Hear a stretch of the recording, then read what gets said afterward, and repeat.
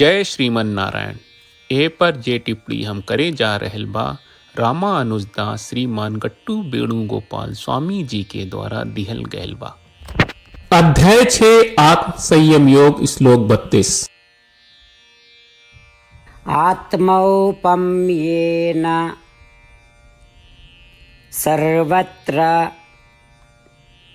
समं पश्यति योऽर्जुन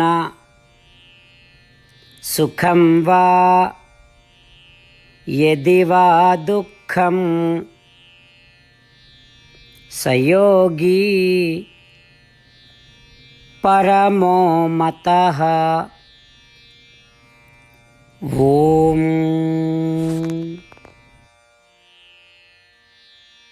गीताचार्य श्री कृष्ण परमात्मा अर्जुन समेत हमनी सबके आत्म संयम योग सिखा रहल बानी।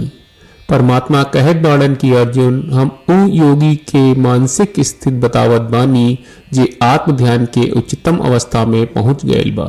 आम तौर पर हमनी के ई बुझाला कि दूसरा के जन्म खुशी आ दुख विशेष रूप से ओ लोगन के होला आ हमनी से कौनो संबंध नहीं के। बाकिर आत्म ध्यान की पराकाष्ठा पर मौजूद योगी ई बात के चिंतन करेला कि जैसे दूसरा के सुख दुख ओकर आपन न होला वो आपन सुख दुख के भी आपन न पहचान करेला। अपन शरीर से अलग होके के साफ साफ जागरूकता के चलते उनका लगे एकदम साफ साफ समझ बा कि उ सुख दुख उनकर ना बा।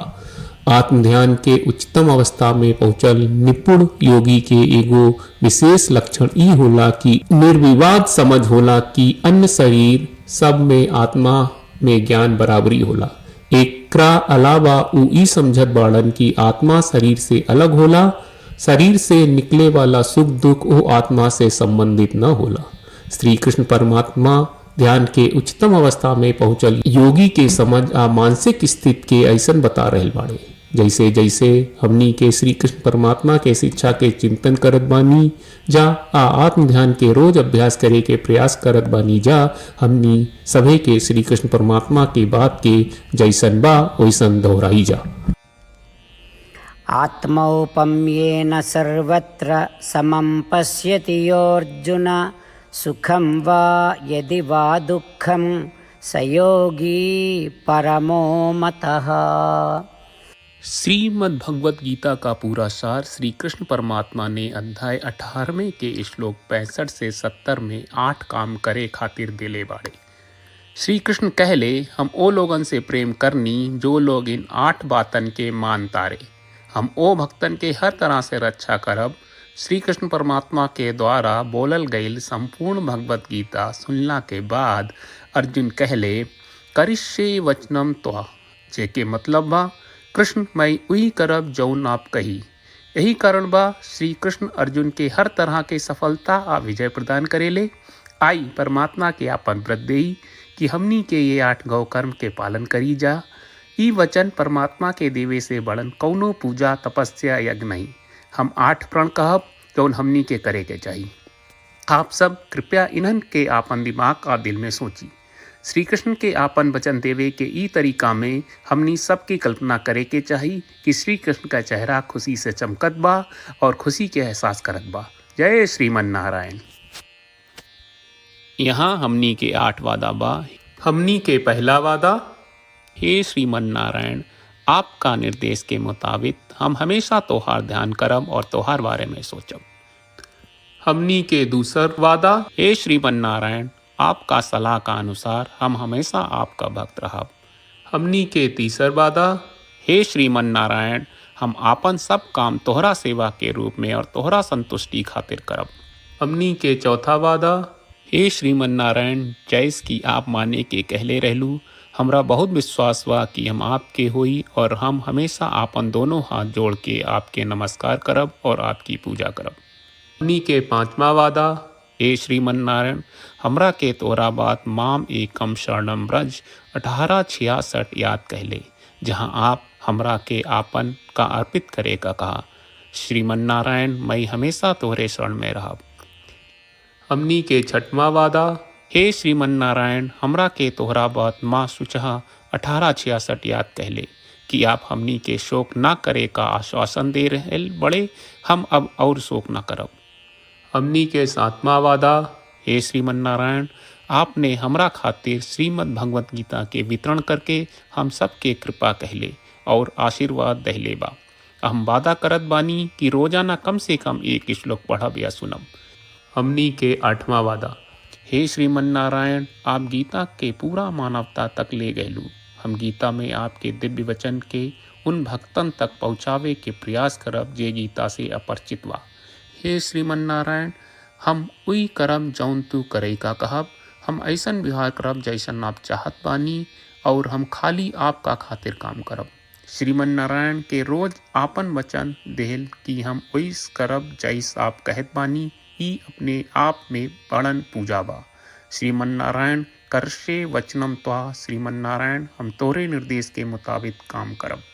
सर्वम श्री कृष्ण अर्पणम अस्तु। जय श्रीमन नारायण। आत्मौपम्येन सर्वत्र समं पश्यति योऽर्जुन सुखं वा यदि वा दुःखं स योगी परमो मतः। ओम। आत्मौपम्येन सर्वत्र समं पश्यति योऽर्जुन सुखं वा यदि वा दुःखं स योगी परमो मतः। श्रीमन्नारायण, करिष्ये वचनं तव। सर्वं श्रीकृष्णार्पणमस्तु। जय श्रीमन्नारायण। जय श्रीमन नारायण। सब भक्त लोगों से विशेष अनुरोध बा, जीवन में हर चीज में हमनी के तत्कालिक और प्रभावशाली परिणाम की अपेक्षा रहेला। एकरा खातिर आइए रोजाना 1 मिनट के समय निकालल जाए और नारायण आश्रम पढ़ल जाए। नारायण आश्रम प्राप्त करे खातिर नारायण आश्रम वेबसाइट पर जाई, जो www.narayanashram.org है, और पंजीकरण में आपन नाम और ईमेल दर्ज करी। आपके द्वारा प्रदान कईल गई ईमेल पर आपका एक नारायण आश्रम PDF प्राप्त हुई। PDF में एक रामायण श्लोक, एक गीता श्लोक और एक विष्णु नामम बा। ये तीनों के मिल के नारायण आश्रम कहल जाला। हर व्यक्ति के ये श्लोक के अलग अलग संयोजन मिलेला। जब हर कोई 24,000 भक्तन के साथ रोजाना आपन नारायण आश्रम पढ़त आ सुनत बा, ता हर दिन संपूर्ण रामायण का एक दौर, श्रीमद् भगवत गीता पारायण के 33 दौर और श्री विष्णु सहस्त्रनाम स्तोत्र पारायण के 24 दौर प्रतिदिन पूरा होएला। ई एक बहुत ही उल्लेखनीय और विलक्षण परिणाम बा, जौन हर एक दिन ऐस करे से निकलेला। ई कारण बा कि आप और आपके परिवार के सदस्य तुरते जाके आपन नारायण आश्रम प्राप्त करी। जय श्रीमन नारायण।